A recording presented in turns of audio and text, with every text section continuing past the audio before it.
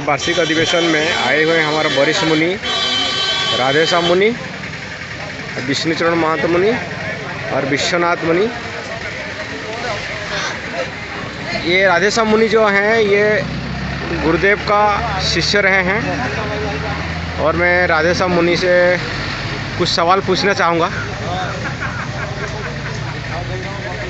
बाबा, आपने गुरुदेव का दीक्षा कब से लिया था और उनका जो साधन प्रक्रिया आपने देखा है? हाँ। और मुनि समाज का प्रचार जो कर रहे थे वो कैसे कर रहे थे? उनका तरीका कैसे था? गुरुदेव का तरीका कैसे था? गुरुदेव जी को जहाँ बुलाया जाता था वहाँ वो जाते थे अपने दो चार लोगों के साथ। उसमें तीर्थराज मुनि अवश्य उनके साथ रहते थे। तीर्थराज मुनि? हाँ जी।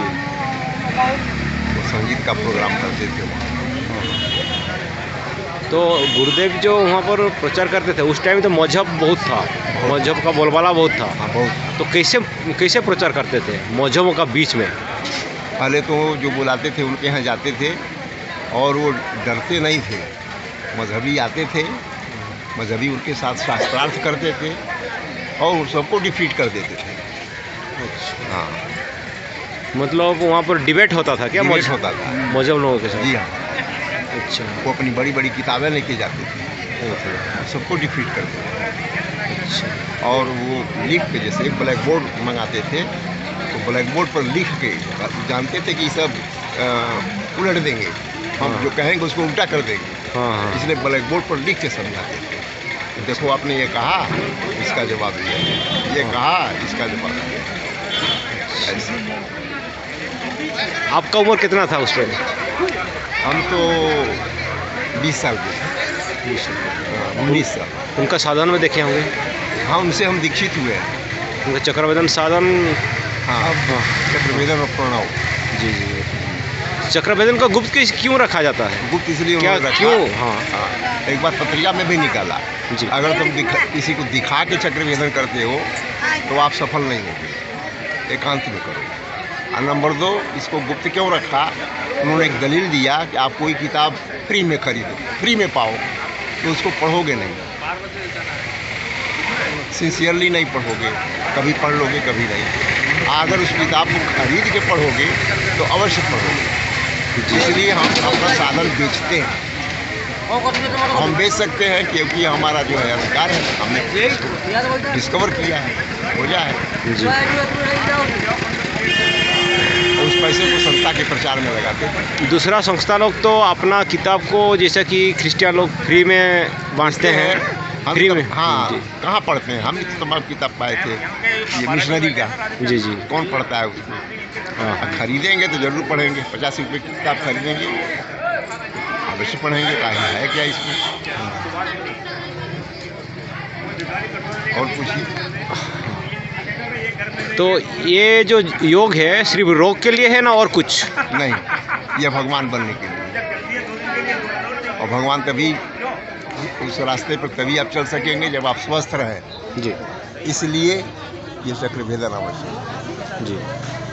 अधिक से अधिक दिनों तक बॉडी को रखने के लिए, जब तक चाहे तब तक अमर रहने के लिए आपका संकल्प और ये चक्रभेदन अत्यंत आवश्यक है। तो गुरुदेव तो अमर का बात बोले। जी तो हाँ। गुरुदेव अमर अभी तक हैं या वो देह? देखिए, अमर का मतलब क्या है बताइए? गुरुदेव जी ने जो हाँ।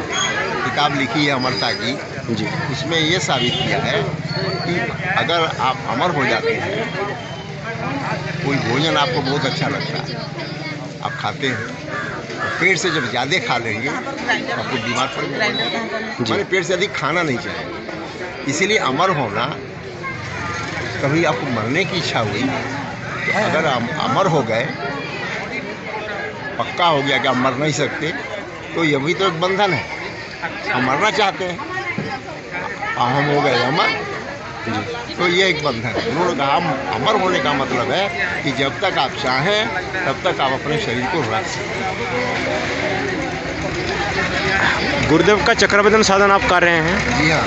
लेकिन ऐसे भी सुनने में आ रहा है कि हमारा अभी मुनि समाज जो अभी अखिल भुवन जो मुनि समाज है, चक्रभेदन में भी कुछ मतलब अलग अलग दिखाया जा रहा है कि इधर का चक्र देखिए, ये सही, कौन सा सही है, तो ये का एक साइंस है। गुरु जी ने कहा कि चक्रभेदन का एक साइंस है। जी साइंस है कि हर अंगों को आप हिलाएं, आराम से हर अंगों को हिलाएं, जी जितनी तरह से हिला सके।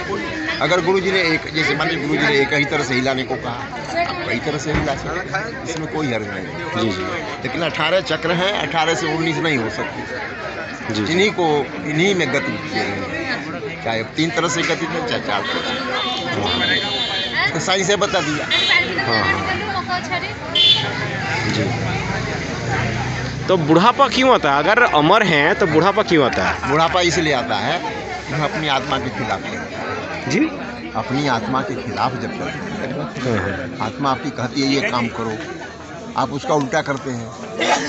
आप ये खा लिया, नाश्ता कर लिए, पकौड़ा भी बन रहा है, पकौड़ा भी खाएंगे, लेकिन हमारी इच्छा नहीं खाने की है तो हमें नहीं खाना चाहिए। नंबर 1। नंबर 2, जितने नशे आप लोग करते हैं, ये नशा, किसी की आत्मा नशा करने को नहीं कहती। जो भी नशा है उसको हम हमारी आत्मा नहीं मानते, लेकिन हम कुसंगत में पढ़ के नशा सीख लेते हैं और फिर वो हावी हो जाता है। जी तो हावी हो जाता है, हमारे शरीर को तोड़ेगा। नंबर 2। नंबर 3, कि हमारे शरीर में कोलेस्ट्रॉल बनता है। सुने होंगे कोलेस्ट्रॉल। जी कोलेस्ट्रॉल हार्ट पर अटैक करता है। जब उनका सर्कुलेशन धीमा पड़ जाएगा, जितना खून जाना चाहिए नहीं जा पाएगा, तो हार्ट पर प्रेशर पड़ता है, तो हार्ट अटैक। तो इन ये जितनी नलिकाएँ हैं, जितने नर्व्स हैं, उनको साफ रखना है। तो कोलेस्ट्रॉल तब छटता है, दवाओं से पूरा नहीं छटता। जब आप व्यायाम करेंगे अंगों का, तो जैसे आप एक बोतल, आपका बोतल गंदा है, पानी डाल देते हैं, कंक्रीट डाल के हिलाते हैं, इससे साफ हो जाता है। इसी तरह से ये शरीर, बॉडी जो है, चक्रभेदन से साफ हो जाती है। आपको हार्ट अटैक नहीं हो सकता, आपको शुगर नहीं हो सकता, कोई बीमारी नहीं। जी अगर कोई बीमारी होती है तो शुभ भावना से ठीक हो जाएगी। मुनि समाज की प्रमुख देन शुभ भावना है। जैसे हम भोजन करते हैं तो उससे फल सब्जी रखते हैं, तो ये जो हम चक्रभेदन करते हैं, ये चटनी है। मेन चीज़ शुभ भावना है। अगर आप शुभ भावना नहीं करेंगे तो इसको करने से कोई लाभ नहीं, कोई फायदा नहीं। जी जी। एक आदमी ने पूछा कि ऐसा है गुरु जी कि हम ईश्वर को भी माने और चक्रभेदन भी करें, तो कोई हर्ज नहीं है। कहाँ हर्ज है? तुम ईश्वर को मानोगे तो ईश्वर के गुलाम होगे, नीच बने रहोगे, उनके भक्त रहोगे, तो तुम माने तुम्हारा मन, तो ये भक्त मन जब हर अंगों में जाएगा तो पूरे बॉडी को भक्त बना देगा, गुलाम बना देगा। गुलाम बनेगा। और आज़ाद मन जो रहेगा, आज़ाद मन पावरफुल होता है, तो आपकी बॉडी, यही रहस्य है चक्रभेदन का, और यही रहस्य बुढ़ापा न आ जाए। और मुनि समाज का साधन और दूसरे संस्था का साधन का बीच में यही है रहस्य। देखिए, दूसरे साधन तो सर्वांगपूर्ण है ही नहीं है। वहाँ हम अपने साधन में मन को लगाते हैं। जी खास चीज़ मन है। अगर मन वहाँ नहीं आप लगाते, ऐसे ऐसे करते हैं, तो एक्सरसाइज हो गया। वो योगी की एक्सरसाइज नहीं है, योग व्यायाम नहीं, जी वो केवल व्यायाम। जी और उससे लाभ, अधिक व्यायाम करने वाले देखिए हार्ट अटैक हो रहा है। जी ये अपनी बॉडी को सही रखने के लिए जो सेलिब्रिटीज़ हैं, सेलिब्रिटीज़, जी जी जी ये हीरोज जो हैं, जी जी व्यायाम करते हैं, बहुत जी। ज़्यादा व्यायाम कर देते हैं, हार्ट अटैक हो जाता है। हाँ अभी 2 हार्ट अटैक हुए। जी जी जी। आने वाले पीढ़ी के लिए आप थोड़ा संदेश क्या देना आने चाहेंगे? वाली पीढ़ी के लिए हम फ्री थिंकिंग और फियरलेस। अभी हमें 5 साल पहले अनेक रोग हो गए थे, हमने कोई दवा नहीं की, निडर रहे, शुभ भावना करते रहे, साधन करते रहे। आज की मेन बीमारी क्या है? घुटनों का दर्द। उम्र बढ़ने पर ये घुटनों में दर्द होता है। जी मुझे भी हुआ, हमने ठीक कर दिया। हार्ट में भी कुछ कम गड़बड़ी थी, उसको भी ठीक कर दिया, दवा कहीं नहीं की। दवा तो डॉक्टर के हिसाब से होगा ना, वो जैसा कहेगा वैसा करेंगे। जी वो हमारे मन के माफिक नहीं है। जी। हमारी शुभ भावना में बहुत बल है। कहाँ तक कहें, आप स्वयं अनुभव करें। हाँ, आप अच्छा से अच्छा टॉनिक खाइए, तुरंत फायदा नहीं करेगा, और शुभ विचार तुरंत फायदा करता है, एट वंस। तो ऐसा भी हो सकता है कि शुभ विचार के साथ टॉनिक खाया जाए? हाँ, शुभ विचार के साथ टॉनिक या कोई भी मेडिसिन खाया जाए? अच्छी बात है। अगर आज आपको अच्छा लगता हो, टॉनिक भी आपको अच्छी लगती है। विटामिन ई की गोलियां मिलती हैं, लेकिन खाने में तकलीफ होती है, महकता है। मेडिकल साइंस को तो हम लोग ठुकरा सकते हैं कि नहीं? मेडिकल साइंस का उपयोग आप कर सकते हैं, लेकिन ज़रूरत पड़े। ये नहीं कि कुछ भी हुआ जाके दवा ले ली, ऐसा नहीं। अंतिम स्थिति पर अंतिम स्थिति पर, क्योंकि हम नहीं कह सकते कि सबका हल यही है। ऐसी बात हम नहीं कहेंगे। सबका हल चक्रभेद नहीं है, सबका हल शुभ भावना ही है। जी। आप शुभ भावना करके, तो आपके पेट खाली है तो शुभ भावना से पेट भरेगा नहीं, खाना पड़ेगा।